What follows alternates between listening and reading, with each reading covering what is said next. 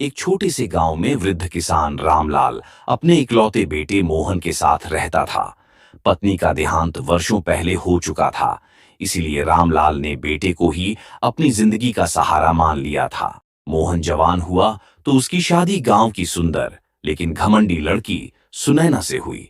शादी के शुरुआती दिन तो सब ठीक रहे, लेकिन धीरे धीरे सुनैना का असली चेहरा सामने आने लगा। वो सास ससुर की सेवा करने की जगह उन्हें बोझ समझने लगी। हर बात पर ताने कसना, गुस्से में खाना फेंक देना और सबसे ज्यादा तो रामलाल पर चिल्लाना उसकी आदत बन गई। रामलाल चुपचाप सहा है, क्योंकि उसे डर था कि कहीं बेटे का घर न टूट जाए। बेटा मोहन भी पिता से प्यार करता था, लेकिन पत्नी के गुस्से के आगे अक्सर चुप रह जाता। एक दिन सुनैना ने हद पार, उसने मोहन से कहा, या तो मैं इस घर में रहूं या फिर तुम्हारे बूढ़ू बाप।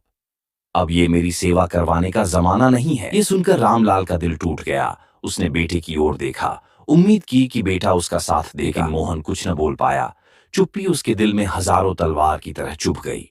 रामलाल ने आह भरी और कहा, बेटा, जब तुझे मेरी परछाई भी भारी लगने लगी है तो मैं खुद ही चला जाता हूं। पर याद रखना, माँ बाप का आशीर्वाद और उनकी दुआएं आसानी से नहीं। वह रात भर रोते हुए घर से निकल गया। सुनैना ने चैन की सांस ली, लेकिन कुछ ही दिनों में घर का सुकून खत्म हो गया।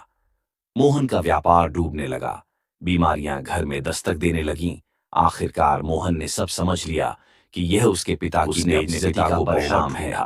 लेकिन वह कहीं नहीं मिले। कहते हैं कुछ साल बाद उसी गांव के मंदिर में एक संत पूजा करवाने आए। लोगों ने पहचाना कि वही बूढ़े संत वास्तव में रामलाल थे। उन्होंने बेटे को माफ तो कर दिया, लेकिन घर लौटना कभी स्वीकार नहीं किया। मोहन और सुनैना ने जिंदगी भर पछताते हुए जीना सीखा। कहानी इस सीख के साथ खत्म होती है कि जिन माता पिता ने हमें जीवन दिया, उनकी उपेक्षा और अपमान करने वाला कभी सुखी नहीं रह सकता।